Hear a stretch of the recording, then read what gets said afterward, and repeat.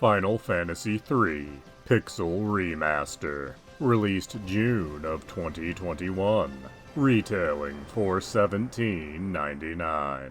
This is of course a remake of Final Fantasy III, and a decidedly more faithful to the original take on Final Fantasy III than we originally got back in 2006 on the DS, as this Pixel Remaster version has 2D graphics and doesn't add superfluous story elements or odd gameplay mechanics. What we have here is essentially the 8-bit version of Final Fantasy III, only looking quite a bit nicer than it ever possibly could in true 8-bit.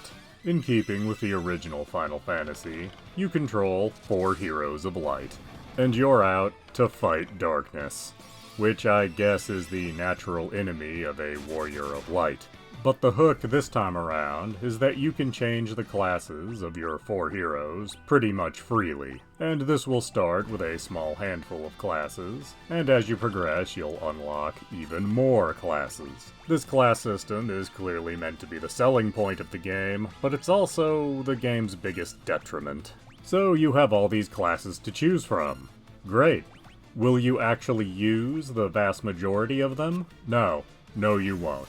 As yes, technically any job can become very powerful, but only if you spend a great deal of time grinding up levels on that job, as each character has 2 levels to keep track of: their actual character level, and the level of their current job. And the jobs having levels makes it so even when a new job is a direct replacement for an old job, that new job will actually feel like a step down in terms of power when you first use it. You notice this most with melee characters, such as the early job, Warrior, and its direct replacement, Knight. Though you could just as easily switch Knight out for Viking, Dragoon, or Dark Knight, etc., as none of these new jobs will be doing as much damage as Warrior is by the point you get them. Now, all of these classes are ultimately able to do far more damage with enough levels, but that is going to take some grinding,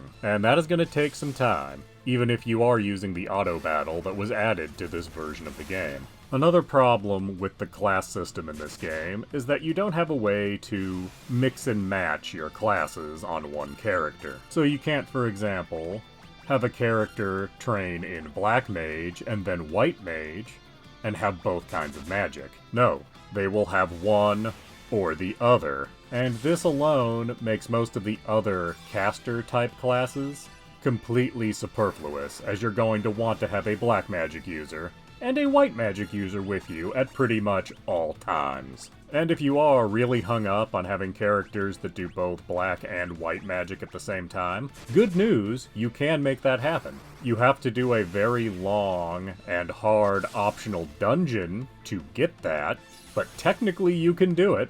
Now, the fact that most of the jobs are completely worthless would make the class system completely unnecessary in this game, except for one fact. Throughout the game, you repeatedly go to dungeons where you need to be using specific jobs. This first happens where you do a dungeon where you have to be in the mini state. Being in the mini state means you do virtually no physical damage with any class, thus requiring you to have a whole team of magic users. But later, you go to a dungeon where you need to be using Dark Knights, and another one where you need to be using Dragoons, and so forth and so on.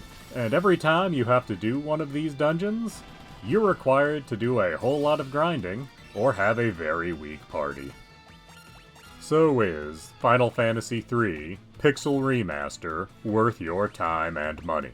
Well, that does depend.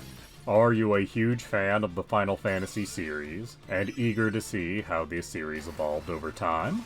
Then yes, you should probably pick up the Final Fantasy III Pixel Remaster for its $18 price tag. As if nothing else, this version is preferable to the 3D remake we saw on the Nintendo DS. However, if you're just a fan of RPGs and you're looking for a new one to play, don't come looking to this one. This is a game from back on the 8-bit NES, and unless you're someone who remembers when those were current like myself, this game is just going to be an exercise in frustration for you.